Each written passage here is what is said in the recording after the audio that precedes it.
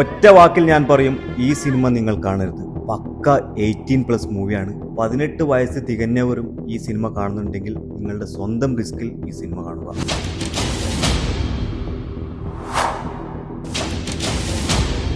ഇന്ന് ഞാൻ പറയാൻ പോകുന്നത് എല്ലാവർക്കും കാണാൻ പറ്റുന്ന ഒരു സിനിമയല്ല.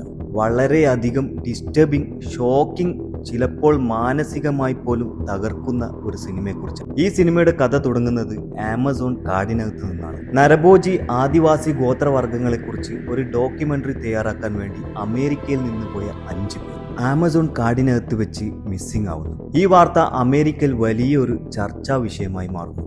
അതിനുശേഷം ഗവൺമെന്റിന്റെ ഓർഡർ അനുസരിച്ച് ആ ഡോക്യുമെന്ററി ടീമിനെ അന്വേഷിക്കാൻ വേണ്ടി മറ്റൊരു റെസ്ക്യൂ ടീം ആമസോൺ കാട്ടിലേക്ക് പോകുന്നു. അവിടെ വെച്ചാണ് അവർക്ക് മനസ്സിലാവുന്നത് ആ 5 പേരും ജീവനോടെയില്ല. അവർ റെക്കോർഡ് ചെയ്ത അവരുടെ ക്യാമറ ആദിവാസികളുടെ കൈവശത്ത് നിന്ന് തിരികെ ലഭിക്കുന്നു.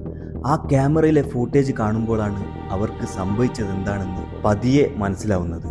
അവിടെ കാണുന്ന ചില ദൃശ്യങ്ങൾ സിനിമ പോലെയല്ല, ശരിക്കും നടന്ന സംഭവങ്ങൾ ഷൂട്ട് ചെയ്തതുപോലെയാണ് തോന്നിപ്പിക്കുന്നത്. ഈ സിനിമയിൽ അത്യന്തം വയലൻസ് ആയ സീനുകളും അഡൽട്ട് കണ്ടന്റും മാനസികമായി അസ്വസ്ഥമാക്കുന്ന ദൃശ്യങ്ങളുമുണ്ട്. പ്രത്യേകിച്ച് പെൺകുട്ടികൾ ഈ സിനിമ കാണരുത്.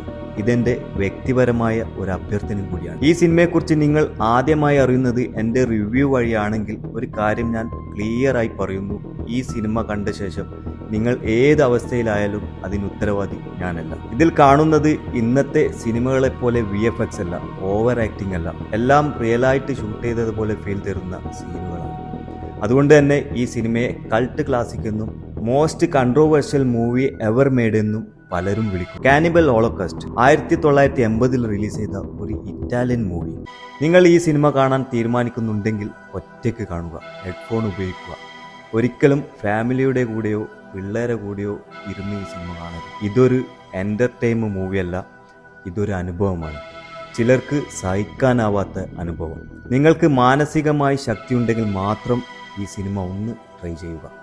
ഇങ്ങനത്തെ ഡിസ്റ്റർബിംഗ് മൂവി റിവ്യൂസ് ഇഷ്ടപ്പെടുന്നവരുണ്ടെങ്കിൽ ഈ ചാനൽ ഒന്ന് സബ്സ്ക്രൈബ് ചെയ്യുക. നിങ്ങളുടെ അഭിപ്രായം ഒന്ന് ഈ വീഡിയോയിൽ ഒന്ന് കമൻറ്റ് ചെയ്യുക. ഒരു ഷോക്കിംഗ് ഫാക്ട് കൂടി പറയാം: ഈ സിനിമ ഏകദേശം 50ഓളം രാജ്യങ്ങളിൽ നിരോധിക്കപ്പെട്ടതാണ്. ബാൻ ചെയ്യാൻ കാരണം ഈ സിനിമയിൽ ചില മൃഗങ്ങളെ ക്രൂരമായി കൊല്ലുന്ന ദൃശ്യങ്ങൾ ഒറിജിനൽ ആയിട്ടാണ് കാണിക്കുന്നത്. അതുതന്നെയാണ് ഈ സിനിമ ഇത്രയും വലിയ വിവാദത്തിലേക്ക് നയിച്ചത്.